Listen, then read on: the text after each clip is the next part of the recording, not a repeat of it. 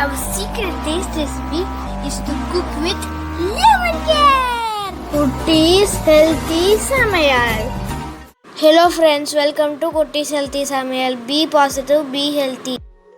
நாம் இன்றைக்கி ஹோம்மேட் மிளகாய் தூள் வித் டிப்ஸோடு எப்படி அரைக்கிறதுன்னு பார்க்கலாம்.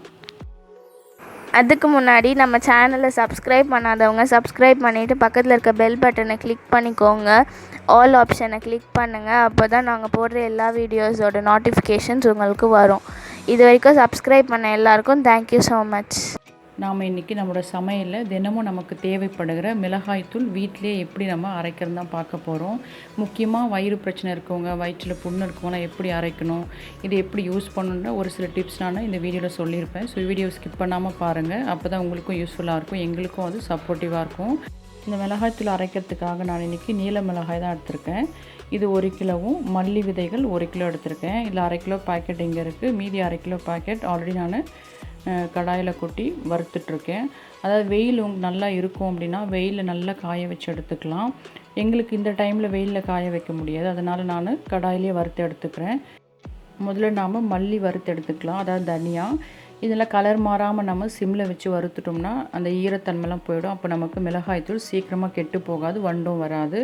ஸோ இதை நம்ம இது போல் வறுத்து எடுத்துக்கலாம். இது வறுக்கிறதுக்கு ரொம்ப டைம் எடுக்குமென்னு யோசிக்க வேண்டாம். இது நம்ம இது போல் 2 கடாய் வச்சு இதில் 1/2 kg அதில் 1/2 kg போட்டு நம்ம ஈஸியாக வறுத்து எடுத்துக்கலாம். மீடியம் ஃப்ளேம், சிம் அது போல் மாற்றி மாற்றி வச்சு நீங்கள் நல்லா மிக்ஸ் பண்ணி விட்டுட்டே இருந்தீங்கன்னா அது நல்ல கலர் மாறாமல் நமக்கு ட்ரையாக கிடைக்கும். அடுத்ததாக நாம் மிளகாய் வறுத்து எடுத்துக்கலாம். மிளகாய் வறுக்கும்போது கொஞ்சம் நமக்கு நெடியாக இருக்கும். நீங்கள் எக்ஸாஸ்ட் ஃபேன் யூஸ் பண்ணிங்கன்னா கண்டிப்பாக அதுவும் இருக்காது, ஈஸியாக இதுவும் வறுத்து எடுத்துக்கலாம். நம்ம தொட்டு பார்க்கும்போது மிளகாயும் சரி தனியாகவும் சரி நல்லா நமக்கு சூடாக இருக்கும். அப்போ நமக்கு அதனால் ட்ரையாக இருக்குன்னு அர்த்தம். இது போல் நம்ம இதை வறுத்து எடுத்துக்கலாம். இந்த மிளகாய் தனியாவோட அளவு எப்படி எடுக்கும்னு நான் சொல்கிறேன்.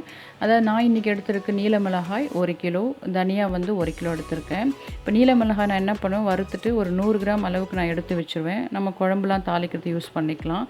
ஸோ அப்போ நமக்கு காரம் கொஞ்சம் குறைவாக இருக்கும், ஆனால் அந்த மிளகாய் தூள் கலரிங் நமக்கு நல்லாயிருக்கும். அதே சமயம் அல்சர் ப்ராப்ளம் இருக்கவங்க, இல்லை சாப்பிட்டோன்னா வயிறு எரிச்சல் இருக்குது, இல்லை வயிற்றில் புண்ணு இருக்க மாதிரி நான் ஃபீல் பண்ணுறேன், இல்லை அசிடிட்டி ப்ராப்ளம் இருக்குது, அப்படி இருக்கவங்க மிளகாய் 3/4 கிலோ எடுத்துக்கலாம். தனியா 1 கிலோ எடுத்துக்கலாம். மிளகு வேணால் நீங்கள் ஒரு 10 கிராம் அளவுக்கு கூட்டிக்கலாம். ஏன்னா மிளகுத்தூள் எப்போவுமே நமக்கு தெரியும் வயிற்றில் இருக்க புண்ணை ஆற்றும். ஆனால் உங்களுக்கு மிளகாய்த்தூளோட கலர் குறைவாக இருக்கும், ரொம்ப ரெட்டாக இருக்காது.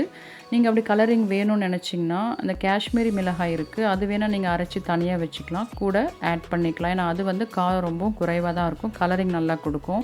ஸோ இது கூட நீங்கள் ஃபாலோ பண்ணிக்கலாம். இந்த மெஷர்மெண்ட்டில் நீங்கள் அரைச்சிங்கன்னா கண்டிப்பாக இந்த வயிற்று புண்ணு இருக்க பிரச்சனைலாம் மோஸ்ட்லி நம்ம அவாய்ட் பண்ணலாம். அடுத்ததாக இது கூட ஆட் பண்ணுறதுக்காக 200 கிராம் அளவுக்கு துவரம்பருப்பு எடுத்துக்கிறேன். அதாவது 1 டம்ளர் அளவு தான் இது. இது நம்ம நல்லா ட்ரை ரோஸ்ட் பண்ணி எடுத்துக்கலாம். அது கூடவே 1 டம்ளர் அளவுக்கு நம்ம சாதத்துக்கெலாம் யூஸ் பண்ணுற புழுங்கல் அரிசி தான், இதுவும் 200 கிராம் அளவுக்கு நான் எடுத்துக்கிறேன். அதாவது நம்ம வீட்டில் இருக்க 1 டம்ளர் அளவு, இது 200 கிராம் அளவு. ஸோ இதையும் நம்ம நல்லா வறுத்து எடுத்துக்கலாம். கலர் மாறாமல் நம்ம மீடியம் ஃப்ளேம் சிம்மில் வச்சு மாற்றி மாற்றி வறுத்து எடுத்துக்கலாம். அது கூடவே நான் 50 கிராம் அளவுக்கு பெப்பர், அதாவது மிளகு ஆட் பண்ணுறேன். மிளகாய் கம்மியாக ஆட் பண்ணுறவங்க ஒரு 10 கிராம் கூட்டிக்கலாம்.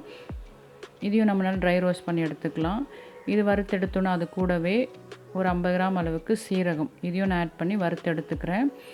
சில பேர் சோம்பு கூட ஒரு 50 கிராம் ஆட் பண்ணி வறுத்து ஆட் பண்ணுவாங்க, அதை நான் ஏன் ஆட் பண்ணலன்னு பின்னாடி சொல்கிறேன். அதே அளவு 50 கிராம் கடுகும் நான் வறுத்து இதோட ஆட் பண்ணிக்கிறேன். அவ்வளோ இதெல்லாம் வறுத்து எடுத்தாச்சு. இப்போ இதுக்காக ஒரு கைப்பிடி அளவுக்கு நான் கருவேப்பிலை அலசி வச்சுருக்கேன். இதை நல்ல ஈரம் போகிற அளவுக்கு வறுத்துக்கணும். நீங்கள் ஆல்ரெடி அலசி காய வச்சுருந்தீங்கன்னா ட்ரையாக இருந்தால் ஈஸியாக வறுத்து எடுத்துக்கலாம். இப்போ தான் நான் அலசினேன். ஸோ இது நல்ல ட்ரை ஆகிற அளவுக்கு நான் வறுத்து எடுத்துக்கிறேன். அது நமக்கு ஈரமே இருக்கக்கூடாது, இல்லைனா மிளகாயில் சீக்கிரம் வண்டு வந்துடும்.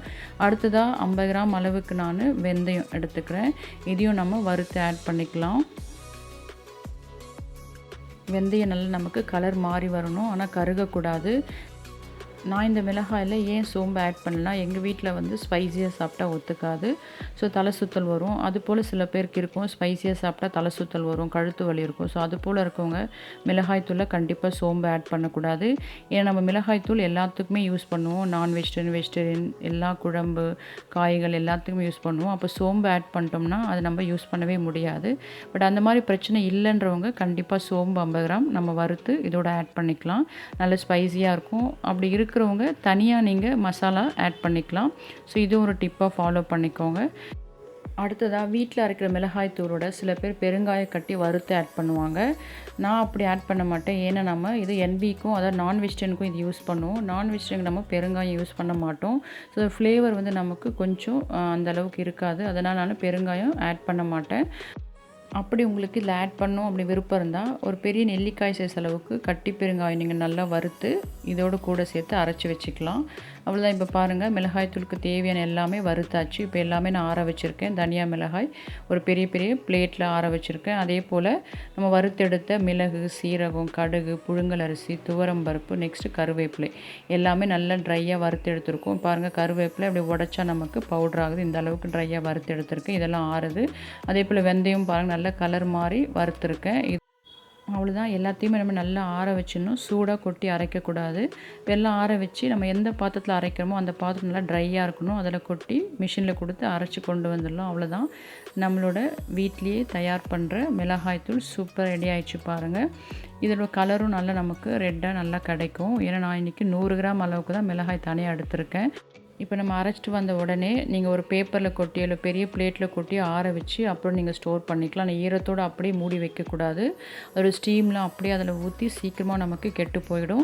அப்படி இல்லை நீங்கள் ட்ரம்லேயே ஆற வைக்கணும், இல்லை அரைச்சிட்டு வந்த பாத்திரத்துலேயே ஆற வைக்கணும்னா நல்ல ட்ரையான ஒரு கரண்டி, அதாவது ஜல்லி கரண்டி போல் எடுத்து நீங்கள் நல்லா அப்பப்போ ஃபேன் காற்றுல வச்சு மிக்ஸ் பண்ணி கொடுத்திங்கன்னா அடியிலேருந்தே நமக்கு நல்லா ஆறி வந்துடும். அப்புறம் நீங்கள் க்ளோஸ் பண்ணி வச்சுக்கலாம். அந்த பாத்திரத்தை நீங்கள் தொட்டு பார்க்கும்போது தெரியும் அந்த சில்னஸ்ஸு. அப்புறம் நீங்கள் க்ளோஸ் பண்ணி வச்சிடலாம். அதே போல் டெய்லி யூசேஜ்க்கு நீங்கள் தனியாக ஒரு சின்ன கண்டெய்னரில் எடுத்து ஸ்டோர் பண்ணி வச்சுக்கலாம். ஏன்னா நீங்கள் அப்பப்போ இதை ஓப்பன் பண்ணக்கூடாது. அதே போல் இதில் யூஸ் பண்ணுற கரண்டி, ஸ்பூன் எதுவாக இருந்தாலும் ட்ரையாக இருக்கணும். கைப்படாமல் ஈரம் படாமல் இருந்ததுன்னா 1 இயர்க்கு மேலே கூட உங்களுக்கு மிளகாய்த்தூள் கெட்டு போகாமல் வண்டு பிடிக்காமல் இருக்கும். நீங்கள் சூப்பராக யூஸ் பண்ணிக்கலாம். ஸோ நாங்கள் மிளகாய்த்தூள் அரைக்கிறது நிறைய டிப்ஸ் இந்த வீடியோவில் சொல்லியிருக்கோம். வயிற்றுப்புண் இருக்கவங்க கூட எப்படி அரைச்சி யூஸ் பண்ணணும் அந்த டிப்ஸ் சொல்லியிருக்கோம். கண்டிப்பாக ஃபாலோ பண்ணி பாருங்கள், யூஸ்ஃபுல்லாக இருக்கும். நீங்கள் அரைச்சி பார்த்துட்டு உங்கள் எக்ஸ்பீரியன்ஸை எங்களுக்கு கமெண்ட் பண்ணுங்கள், லைக் பண்ணுங்கள், அண்ட் தொடர்ந்து சப்போர்ட் பண்ணுங்கள். தேங்க்யூ. மற்ற ரெசிபீஸோட லிங்க்ஸ் எல்லாம் டிஸ்கிரிப்ஷன் பாக்ஸில் இருக்குது. உங்களுக்கு இந்த வீடியோ பிடிச்சிருந்ததுன்னா லைக் பண்ணுங்கள், ஷேர் பண்ணுங்கள், கமெண்ட் பண்ணுங்கள், சப்ஸ்கிரைப் பண்ணுங்கள், பக்கத்தில் இருக்க பெல் பட்டனையும் கிளிக் பண்ணுங்கள். பாய்.